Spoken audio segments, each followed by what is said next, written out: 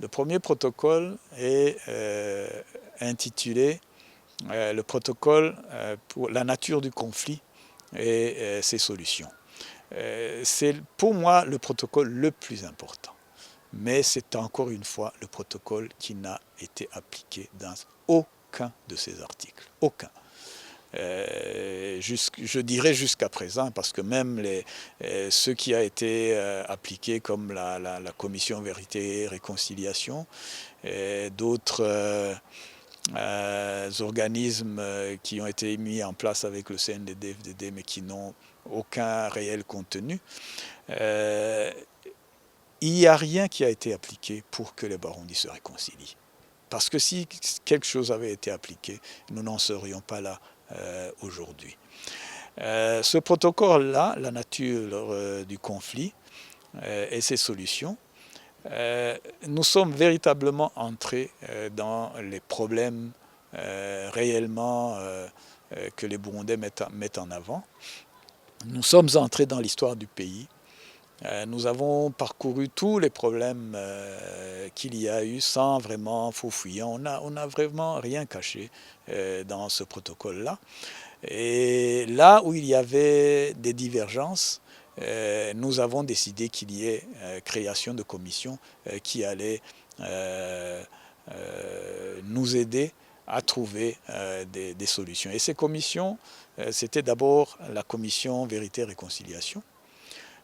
Cette commission avait pour mission de faire des enquêtes dans tout le pays et sur tous les événements, les mauvais événements qui s'étaient passés au Burundi depuis 1962 jusqu'à la signature de l'accord, et de trouver ou de proposer des solutions en vue de la réconciliation. C'était une commission qui pouvait aussi proposer des voies d'amnistie si cela était nécessaire pour les crimes mineurs, mais qui ne devait pas s'occuper des crimes de génocide et des crimes contre l'humanité et des crimes de guerre. Cela devait être pris en charge par une autre commission, une commission internationale cette fois-ci, la commission d'enquête judiciaire, la commission internationale d'enquête judiciaire, qui n'a jamais vu le jour jusqu'à aujourd'hui. Et le gouvernement aurait dû demander cette commission dès le moment où il commençait à travailler.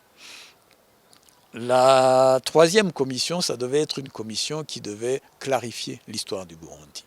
On s'est rendu compte que l'histoire, notre histoire, était interprétée différemment selon qu'on était ceci ou cela. Et on s'est rendu compte aussi que l'histoire que les Européens avaient écrite, parce qu'en grande partie ce sont les Européens qui ont écrit et leurs élèves au Burundi, était sujet à questionnement. Donc on a demandé vraiment qu'il y ait une commission qui soit mise en place pour entrer en profondeur sur l'histoire du Burundi, mais cette commission n'a pas encore été mise en place. Il y a donc aussi d'autres mesures dans l'administration ou dans la gestion de la société burundaise qui sont listées dans ce protocole-là, mais qui n'ont jamais été mises en place. Si on vous parle par exemple d'un front interethnique pour combattre l'idéologie du génocide, c'est dans ce protocole-là. Mais on n'a jamais vu une ébauche même de cette solution, qui est pour moi une solution salutaire. Voilà, le protocole 1 est vraiment un grand protocole qui est pour moi le pilier même de la réconciliation, si on veut vraiment aller vers la réconciliation.